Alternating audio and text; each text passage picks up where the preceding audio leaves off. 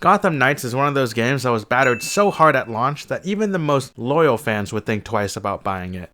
But with time and a fresh set of eyes, we can reevaluate the game for how it truly is. And if you were patient enough, you were rewarded with prices that would make you think this game was much, much older. Now that it can be found at under $10 when discounted, I was pleasantly surprised at what this game does.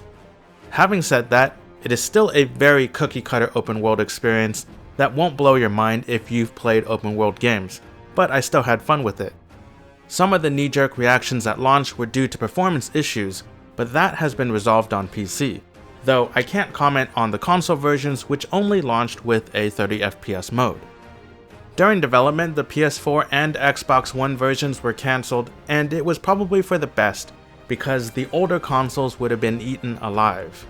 On October 21st, 2022, Gotham Knights was released for the PC, PlayStation 5, and Xbox Series X and S. Before we get into the heart of the review, I just want to take a moment to compliment the developers for the awesome opening cinematic.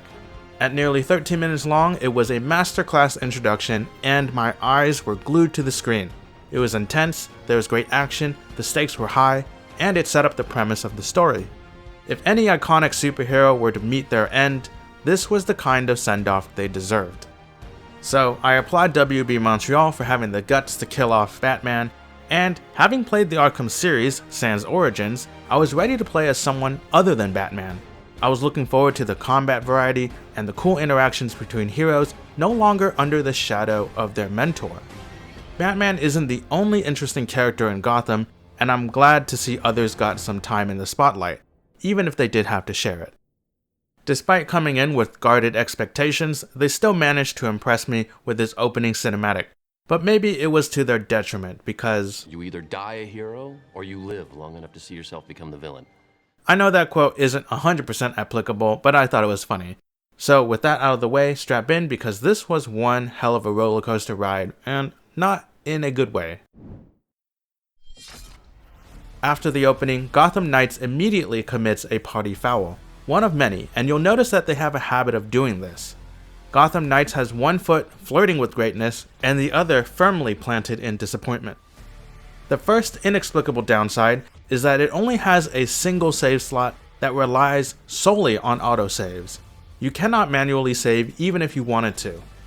And not to mention, if you want to start a new game, you're gonna lose your one and only save file. I don't know who put this in, but whoever it was shouldn't be allowed to make these decisions ever again. Next, let's talk about the combat, because that's what everyone wants to know. How is the combat? And to that, I actually thought it was fine. I played entirely solo, so I can't comment on the co-op functionality, but the combat system uses the tried and true attack and dodge combo, minus counters. The addition of ranged attacks, heavy attacks, perfect dodges, and perfect attacks added a bit more depth. The dodge animations were fluid, the attacks sounded alright, and each character had a handful of very flashy slow-mo finishers. You can also grab low health enemies, which allows you to follow up with a strike, throw, or interrogation. There's also some stealth options allowing you to take out enemies quietly, or you can ambush them to strike fear in nearby foes. The overall combat isn't as fast-paced as the Arkham games, but once you get into the flow of things, it can be enjoyable in its own right. I think it's a little unfair to compare this to the Arkham games, but it's kind of hard not to, so that's something for you to decide. In between patrol nights you can switch characters, and each one has their own fighting style, and a unique set of special moves called momentum abilities. These are powerful moves that use meter, and can be unlocked by completing challenges, like taking out 3 mini-bosses for example. Batgirl is a strong single-target bruiser, while Nightwing is the most agile of the combatants. Robin uses a bow staff and specializes in stealth, while Red Hood uses guns and is great with grabs. The controls were smooth and responsive, but PC users specifically using the PS5's DualSense controller will notice a lack of haptics unless wired in, and there are no adaptive triggers as far as I know. Depending on who you ask, this isn't a massive con, but the game does not feature a dedicated target lock. However, I found the soft target lock to be sufficient for 3 out of the 4 characters. Encounters were a bit more tricky with Red Hood since he uses a lot more ranged attacks, but overall I was surprised at how well it worked for everyone else. Since there's no dedicated target lock, pressing down on the right joystick is bound to crouch. so having to unlearn years of ingrained muscle memory definitely took some time. Gotham Knights' performance at launch was somewhat of a hot topic. Even the now fondly remembered Arkham Knight had horrible performance issues. There were even jokes about the warning signs like the speed limit shown on the game's cover alluding to the frame rates you'll get in-game. Unlike Arkham Knight though, Gotham Knights isn't years ahead of its time, which is why many were disappointed that it didn't push the boundaries. But I think it looks decent for a game that doesn't use cutting-edge technology.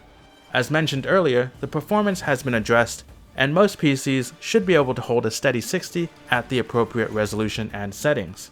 It can dip slightly in the open world, but I would not deem it bothersome.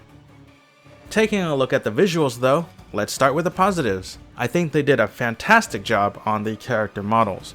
Facial expressions are good, the hair looks decent, and the texture quality is high. Since they're always at the center of your screen, I'm glad they spent the effort making them look as good as they do. Wouldn't want you to lose them. Glutes. As we turn our attention to Gotham City herself, you can see that it's quite large. Most of your time in Gotham will be spent at night, and when you're inhaling this much smoke from the city, you'll wonder why there hasn't been any regulations passed. Dropping down to street level is where the veil is lifted. What looked good from atop doesn't quite hold up once you get closer, but perhaps not in the way you're thinking. Visually, I think Gotham at ground level still looks good, and the building density is there. It isn't as dark or gritty as Arkham Knight, but that's a design choice I'm okay with. The thing I didn't like was how lifeless it felt. The pedestrians walking down the street were doing just that, and not much else. And all the cars had blacked out windows, making it feel empty. Sadly, the city just feels sterile. Which brings us to the Traversal, because that's part of the reason why Gotham feels bigger than it actually is. Your tools for getting around are functional, but they're not particularly fun because the travel speed is linear, and you're not fooling anyone by putting speed lines around my screen. That's just lazy. The zip line travels at a fixed speed, and there's no boost on your motorcycle to give you that sense of rush. And not to mention the music that plays when you're riding your bike gets old. Things do get a bit more interesting once you unlock knighthood for each character, since they get an additional traversal mechanic. Batgirl can use her cape much like Batman did, and Nightwing will get a flying glider that, again, travels at a fixed speed. These can be fun for a bit, but if you ever want to get around quicker, you can always fast travel once you've unlocked it. The hallmark of a great open world or fun traversal for me is when I don't feel like I need to fast travel. Sadly though, Gotham Knights slightly misses the mark for both. The story is told through a set of alternating day and night cycles. Each night, you'll patrol the city and gather evidence to progress the main story and side missions. You'll then spend the next day in the Belfry, your command center, recapping the night's events and preparing for the next night. It's not the most interesting way to tell a story, but it's structured, and some people like that. During your patrols, you'll have run-ins with new and familiar faces and unearth the Court of Owls, Gotham's secret society. This is the second video game to feature the Violent Cabal since they were introduced in 2011. The first being LEGO DC's Supervillains. Overall, I thought the story was pretty good and the cutscenes were great to watch. The voice acting was good, and seeing relationships form between the characters were some of the highlights. It's not the deepest story, nor the best told story, but considering that this was a relatively short game, it's understandable. At first, I didn't like that the main and side missions were locked behind completing menial tasks and had a level suggestion, but it turns out that the grind wasn't that bad. I guess in a sense you can't really call these side activities since some of them are necessary for progressing the story, so it's a shame that these tasks weren't more interesting.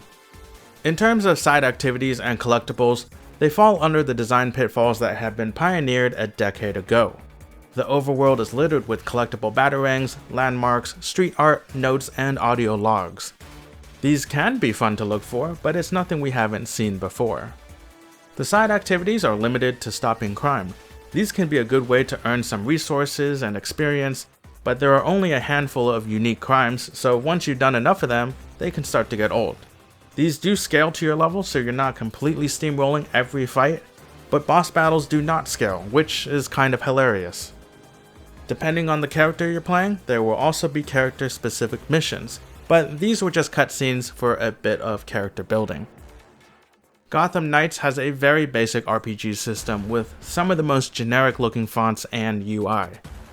There are 3 skill trees for each character, and experience is shared between all 4 characters, which is a huge plus, because there is no way I'm playing this game 4 times.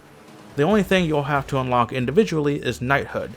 Behind each tree are some new moves you can unlock, but a lot of it was just passive damage upgrades. Besides that, there's also a simple crafting system which isn't integral to progressing, which is nice because I really didn't want to focus on that. You'll get good gear just by doing missions and stopping crimes, but you can craft or mod your equipment if that's what you like to do. You'll get plenty of materials from beating up bad guys, so unless you're dying a lot, materials should never be an issue. Gotham Knights doesn't push the boundaries in any way, and that's fine. Not everything can, and not everything needs to.